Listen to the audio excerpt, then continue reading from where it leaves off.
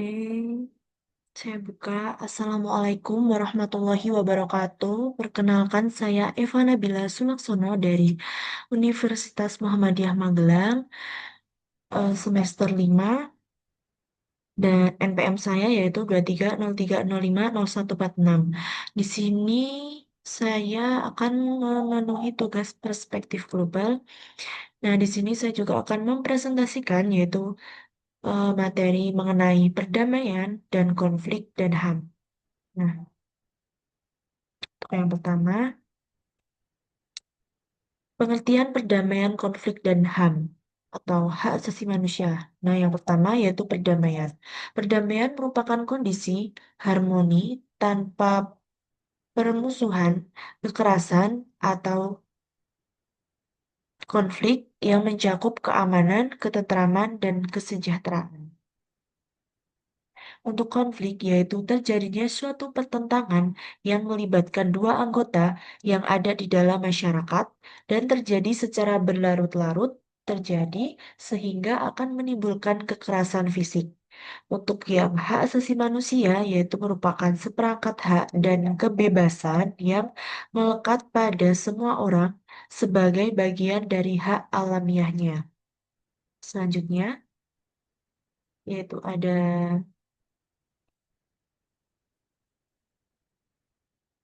keterkaitan perdamaian, konflik, dan hak asasi manusia dengan globalisasi. Nah, untuk perdamaian, konflik, dan HAM, keterkaitannya dengan globalisasi, saya cuma mengambil tiga poin dari masing-masing. Yang pertama yaitu ada perdamaian, yang pertama itu ada mendorong gerakan hak asasi manusia global, untuk yang kedua itu ada pergeseran fokus, untuk yang ketiga itu pencegahan konflik. Nah, untuk konflik itu sendiri, keterkaitannya dengan globalisasi itu juga ada tiga, yaitu ada perubahan sosial dan ketidakpuasan. Untuk yang kedua itu konflik ekonomi dan identitas. Untuk yang ketiga yaitu kesenjangan dan ketidakadilan. Untuk yang hak asasi manusia, yaitu keterkaitannya dengan globalisasi itu juga ada tiga poin. Untuk yang pertama yaitu peningkatan kesadaran hak asasi manusia. Yang kedua ada pergeseran konsep HAM. Dan untuk yang ketiga yaitu ada tantangan baru. Untuk selanjutnya, ada aspek-aspek perdamaian. Nah, perdamaian itu ada dua, seperti perdamaian negatif dan perdamaian positif. Untuk perdamaian negatif itu sendiri adalah keadaan ketika tidak ada perang atau kekerasan yang terlihat, tetapi masalah utama penyebab konflik masih belum selesai. Jadi, walaupun kelihatannya tenang, sebenarnya konflik bisa muncul lagi kapan saja. Contohnya seperti mengakhiri perang saudara, terus negosiasi internasional. Nah, seperti itu. Perdamaian negatif sama dengan tidak ada perang, tapi belum ada keadilan. Untuk yang selanjutnya itu ada perdamaian positif. Perdamaian positif adalah keadaan ketika tidak hanya bebas dari perang atau kekerasan, tetapi juga ada keadilan, kesejahteraan, dan hubungan yang rukun di masyarakat. Dalam kondisi ini, masalah penyebab konflik sudah diselesaikan, sehingga kemungkinan munculnya kekerasan itu sangat kecil. Contohnya seperti pendidikan dan kesetaraan. Terus ada keadilan struktural. Nah, seperti itu. Perdamaian positif itu tidak ada perang, melainkan seperti eh, kesetaraan dan kesetaraan sosial yang terjamin. Pendidikan dan kesetaraan sosial yang terjamin. Untuk yang selanjutnya yaitu ada jenis-jenis konflik dan contohnya. Untuk yang A yaitu berdasarkan pelaku atau partisipan, konflik individu dengan individu yaitu konflik ini muncul antara dua orang yang disebabkan oleh perbedaan pikiran atau masalah pribadi.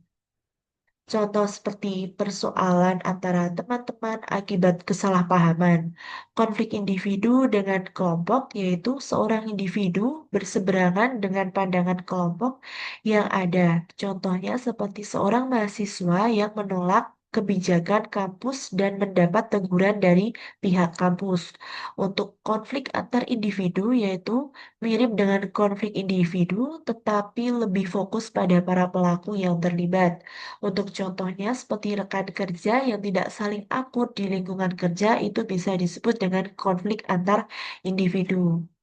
Untuk jenis-jenis konflik dan contohnya yang B itu menurut karakter pelaku, yaitu ada konflik horizontal terjadi di antara pihak yang memiliki status setara. Contoh seperti pertikaian di antara warga atau antar kelompok geng.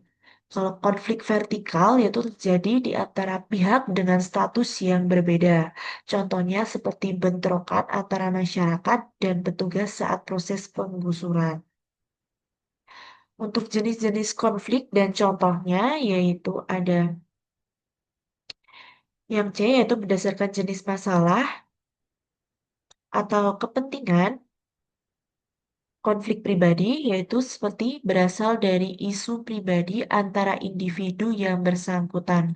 Contohnya seperti perselisihan mengenai warisan di antara dua saudara. Untuk konflik agama, yaitu ada muncul di antara kelompok dengan kepercayaan yang berbeda. Contohnya seperti ketegangan di antara penganut agama disebabkan oleh perbedaan pandangan. Untuk konflik rasialnya, yaitu terjadi antara kelompok dengan ras yang berbeda karena perbedaan budaya atau kepentingan. Untuk contohnya, yaitu ada gerakan Black Lives Matter di Amerika Serikat sebagai reaksi terhadap diskriminasi ras. Untuk konflik antar kelas yaitu seperti konflik antar kelas sosial yaitu seperti muncul di antara kelompok sosial dengan perbedaan status ekonomi. Contoh seperti permintaan Amerika Serikat, permintaan serikat pekerja kepada pengusaha untuk meningkatkan gaji. Nah, untuk konflik politik yaitu muncul akibat perbedaan pandangan ideologis atau kepentingan politik. Untuk contohnya yaitu ada persaingan antara partai-partai selama masa pemilihan. Untuk konflik internasional terjadi antar bangsa disebabkan oleh perbedaan kepentingan nasional. Nah, contohnya seperti perseteruan Israel-Palestina yang disebabkan oleh sengketa wilayah dan politik. Untuk yang selanjutnya itu ada 30 HAM atau 30 hak asasi manusia yang manusia yang setiap manusia memilikinya. Untuk yang pertama yaitu hak asasi manusia untuk semua. Untuk yang kedua yaitu hak atas hidup. Saya jelaskan berdasarkan contohnya juga. Untuk yang pertama yaitu ada hak untuk semua, yaitu contohnya seperti setiap warga negara berhak mendapatkan perlakuan adil tanpa diskriminasi. Untuk yang kedua yaitu hak atas hidup, keamanan, dan kebebasan. Yaitu contohnya seperti tidak boleh ada orang yang dibunuh atau disiksa tanpa alasan hukum. Untuk yang tiga yaitu hak untuk bebas dari perbudakan. Contohnya seperti dilarang memperlakukan orang sebagai pekerja keras. Untuk yang keempat, ada hak untuk bebas dari tindak penyiksaan, yaitu seperti contohnya tahanan tidak boleh disiksa selama pemeriksaan. Untuk yang kelima, yaitu hak atas kesetaraan di mata hukum. Contohnya, semua orang diperlakukan sama di pengadilan. Untuk yang keenam, yaitu hak atas perlindungan hukum. Contohnya seperti korban kekerasan dapat melapor dan dilindungi polisi. Untuk yang ketujuh yaitu ada hak mendapat pendampingan hukum. Contohnya yaitu tersangka berhak memiliki pengacara saat sidang. Yang kedelapan yaitu ada hak dari penahanan sewenang-wenang yaitu contohnya seperti tidak boleh ditahan tanpa surat resmi atau alasan yang jelas. Untuk yang kesembilan yaitu hak diadili secara adil dan terbuka. yaitu contohnya seperti sidang dilakukan secara jujur dan terbuka untuk umum. Untuk yang ke-10 yaitu hak dianggap tidak bersalah sebelum terbukti. Contoh seperti orang yang dituduh belum tentu bersalah sebelum ada bukti hukum. Untuk yang 11 yaitu ada hak atas privasi. Hak atas privasi yaitu adalah contohnya seperti data pribadi dan rumah tidak boleh disadap tanpa izin. Untuk yang ke-12 yaitu ada hak berpindah tempat dan tinggal di mana saja. Contohnya seperti warga bebas pindah kota untuk bekerja. Untuk yang ke-13 yaitu hak berhak mendapatkan perlindungan, yaitu seperti contoh WNI atau warga negara Indonesia di luar negeri berhak dilindungi kedutaannya. Untuk yang ke-14 yaitu ada hak atas kewarganegaraan, yaitu seperti contohnya setiap anak yang lahir di Indonesia berhak jadi warga negara Indonesia. Untuk yang ke-15 yaitu hak yang tidak bisa dicabut atau diganggu gugat. Contoh seperti hak hidup dan kebebasan tidak boleh dihilangkan siapapun. Untuk yang ke-16 yaitu hak tanggung jawab terhadap masyarakat. Contohnya seperti warga ikut menjaga keamanan dan ketertiban. Untuk yang ke-17 yaitu tatanan sosial dan internasional. Contohnya seperti negara bekerja sama dengan PBB untuk menjaga perdamaian dunia. Untuk yang ke-18 yaitu ada hak menikmati kebudayaan dan menciptakan karya. Contohnya seperti seseorang bebas menampilkan seni tradisional tanpa diskriminasi. Untuk yang ke-19 yaitu ada hak mendapatkan pendidikan, yaitu seperti contohnya semua anak berhak sekolah tanpa biaya tinggi yang menghalangi. Untuk yang ke-20 yaitu ada hak atas jaminan kesehatan, contohnya seperti warga berhak mendapatkan layanan BPJS atau rumah sakit. Untuk yang ke-21 yaitu hak untuk beristirahat dan libur. Contoh seperti pekerja mendapat cuti dan jam kerja wajar. Untuk yang ke-22 yaitu ada hak atas pekerjaan dan mendirikan sertifikat serikat pekerja, yaitu contohnya seperti karyawan boleh membuat serikat buruh untuk memperjuangkan hak. Yang ke-23 yaitu ada hak mendapat jaminan sosial yang contohnya bantuan sosial untuk masyarakat kurang mampu. Untuk yang ke-24 yaitu ada hak berpartisipasi dalam pemerintahan atau demokrasi. Contohnya seperti warga berhak memilih dalam pemilu.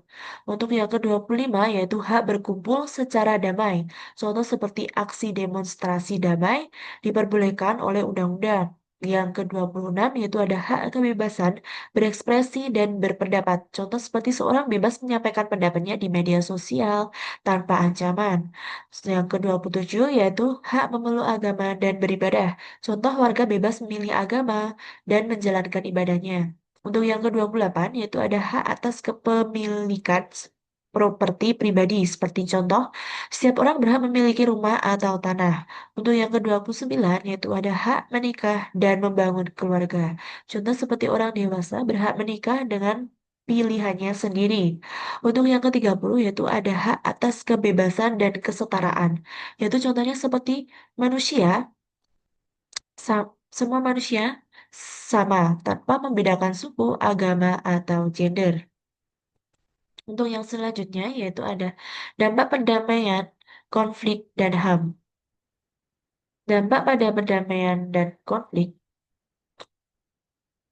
yaitu eh,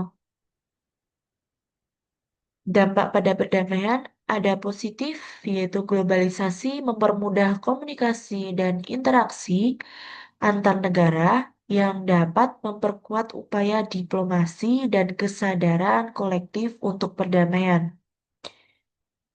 Dan negatifnya yaitu meningkatnya persaingan antar negara dan perusahaan akibat globalisasi dapat memicu konflik ekonomi dan sosial yang mengancam stabilitas global.